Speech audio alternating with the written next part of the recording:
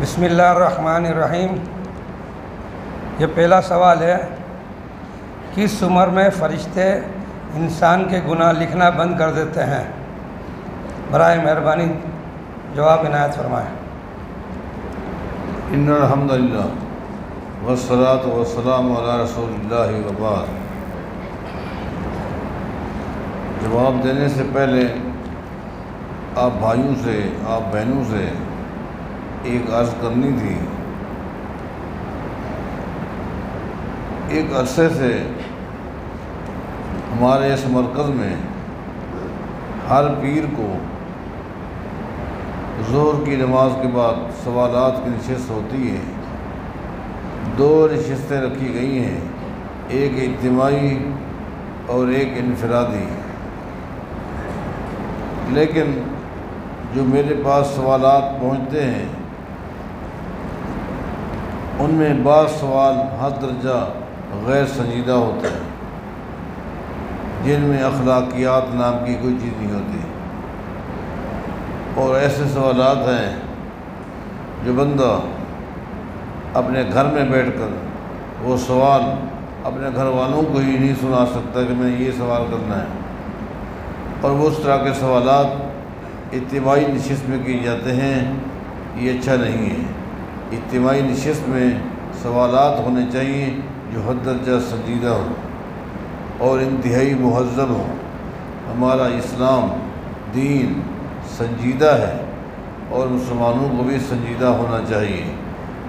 اور جہاں تک معاملہ ہے انفرادی نشست کا، تو وہ آپ دوستوں کی امانتیں ہوتی ہیں، راز ہوتا ہے جو سینے میں رہتا ہے، وہاں کھل کر آپ اپنی بات بتائیں، جو بھی معاملہ ہے کھل کے بتائیں، اس کا آپ کو تسلی بخش جواب دیا جاتا ہے۔ لیکن اجتماعی نشست میں سوالات کو نہ جی سنجیدگی کے ساتھ کیا کریں۔ سوال یہ ہے کہ کس عمر میں فرشتے انسان کے گناہ لکھنا بند کر دیتے ہیں؟ گزارش یہ ہے کہ جب تک سکرات نہیں لگتی، انسان ہوش میں ہوتا ہے، اس کے اعمال لکھے جاتے ہیں، اچھے ہوتے ہیں یا برے ہوتے ہیں۔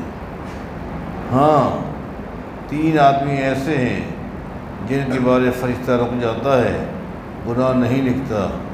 رفع القلم عن 3 عن نائم حتیٰ یستیقظ۔ ایک وہ شخص جو سویا ہوا ہے، نیند کی حالت میں غیر ارادی کچھ باتیں نکل جاتی ہیں، فرشتے نہیں لکھتے۔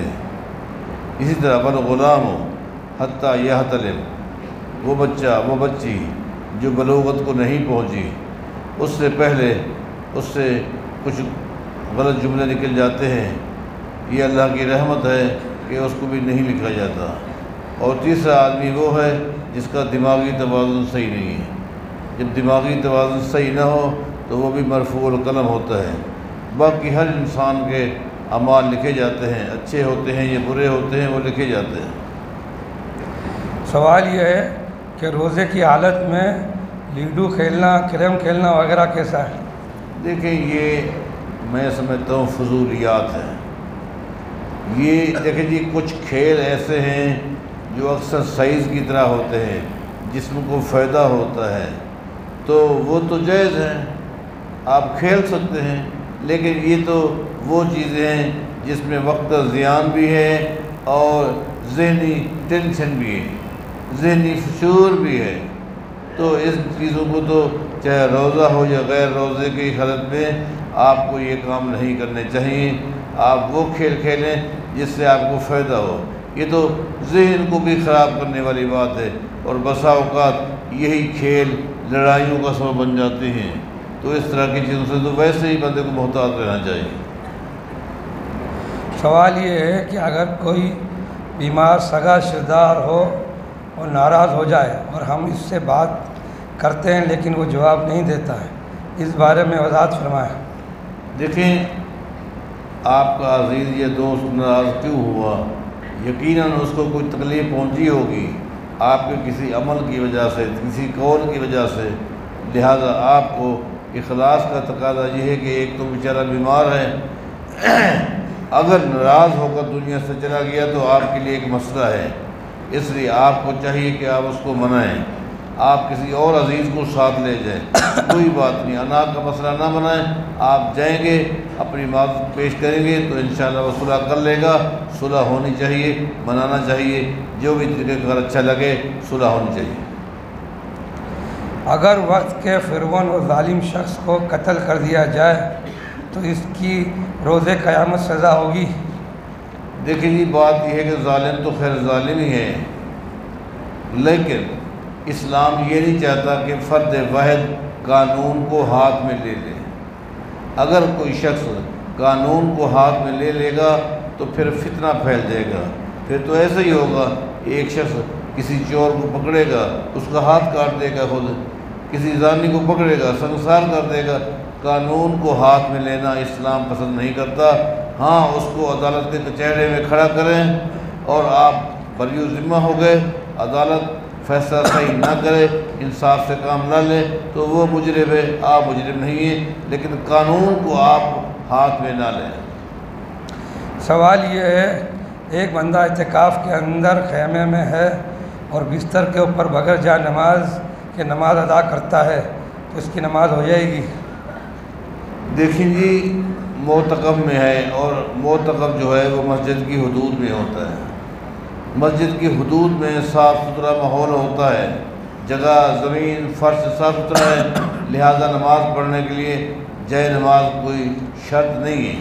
فرش ننگے فرش پر بھی اگر وہ نماز پڑھتا ہے نماز ہو جائے گی۔ وہ تو مسجد میں ہے، مسجد میں ہر چیز زمین پوری صاف ستھری ہوتی ہے، صفائی ہوتی ہے، اہتمام ہوتا ہے الحمدللہ، تو وہ نماز پڑھ سکتا ہے۔ نماز پڑھنے کے لیے جائے نماز کا ہونا، بغیر جائے نماز کی نماز پڑھنا، یہ میرے علم میں کہیں بھی نہیں۔ سوال ہے، بغیر وضو کے قرآن پڑھا جا سکتا ہے یا نہیں، اور بغیر وضو کے سجدہ تلاوت ہو سکتی ہے؟ دیکھیں، کوشش کی جائے کہ باوضو قرآن کریم کو پڑھا جائے، یہ اچھی بات ہے۔ البتہ جواز کی حد تک ہے کہ بغیر وضو کے بھی آدمی قرآن کریم پڑھ سکتا ہے۔ جب قرآن کریم پڑھے گا تو سجدہ تلاوت بھی ہو تو وہ بھی سجدہ تلاوت بھی بغیر وضو کے کر سکتا ہے، اس کے لیے وضو کی شرط میرے علم میں کہیں بھی نہیں ہے۔ لیکن اگر باوضو قرآن پڑھے گا، سجدہ کرے گا تو یہ افضل اور احسن عمل ہے، اس کو اختیار کرنا چاہیے۔ نماز کے اندر اگر امام قرات کر رہا ہو اور غلطیاں ہو جائے اور پیچھے والے کو بھی معلوم نہ ہو تو وہ کیا کرے؟ دیکھیں جی، اگر امام کو بھی پتہ نہیں چلا اور غلطی ہو گئی، مقتدیوں کو بھی پتہ نہیں چلا غلطی ہو گئی، تو غیر دانستہ غلطی ہے، اللہ تعالیٰ معاف فرمائے گا۔ لیکن اگر امام بھول رہا ہے اور پیچھے کوئی لقمہ نہیں دے رہا، امام یہ سمجھ رہا ہے کہ مجھ سے غلطی ہو رہی ہے لیکن آگے کیا ہے اس کو سمجھ نہیں، اس کو چاہیے کہ فوراً وہ رکوع میں چلا جائے، رکوع میں چلا جائے اور قرات کو وہیں چھوڑ دے۔ لیکن اگر پیچھے بھی جاننے والے نہیں ہیں، اس کو بھی پتہ نہیں چلا اور غلطی ہو گئی تو یہ غیر دانستہ ہے، اس کے لیے کوئی کفارہ نہیں ہے۔ کسی قرآن میں سورہ فلق مکی لکھی ہوئی ہے اور کسی میں مدنی، اس کی وضاحت فرمائیں۔ دیکھیں جی، سورۃ الفلق جو ہے یہ مکی صورت ہے، اور آپ کو بتا دوں کہ مکی اور مدنی کا جو فرق ہے، ہجرت سے پہلے قرآن کریم کا جو نزول ہوا ہے اس کو مکی کہا جاتا ہے، یعنی وہ صورتیں جو ہجرت سے پہلے نازل ہوئی ہیں ان کو آپ کہتے ہیں یہ مکی صورتیں ہیں، اور ہجرت کے بعد قرآن کریم کا حصہ جو نازل ہوا ہے، جو صورتیں نازل ہوئی ہیں ان کو آپ مدنی کہتے ہیں۔ سب کے بیچ میں جو کرسی رکھ کر بیٹھتے ہیں تو اس میں سب بندی نہیں ہوتی، اس کا کیا حکم ہے؟ دیکھیں، چونکہ اس زمرے میں ہم جیسے مریض لوگ بھی آتے ہیں، پہلی بات یہ ہے کہ اللہ تعالیٰ سے دعا کریں، اللہ تعالیٰ تمام بیماروں کو صحت عطا فرمائے اور یہ کرسیوں کی وغیرہ کی نوبت آئے ہی نہ۔ رہا معاملہ درمیان میں کرسی لگا کر نماز پڑھنے کا، سب بندی ہوتی ہے کہ نہیں، تو حدیث میں دو چیزوں کو ملانے کا حکم ہے، ایک پاؤں کو ایک کندھے کو۔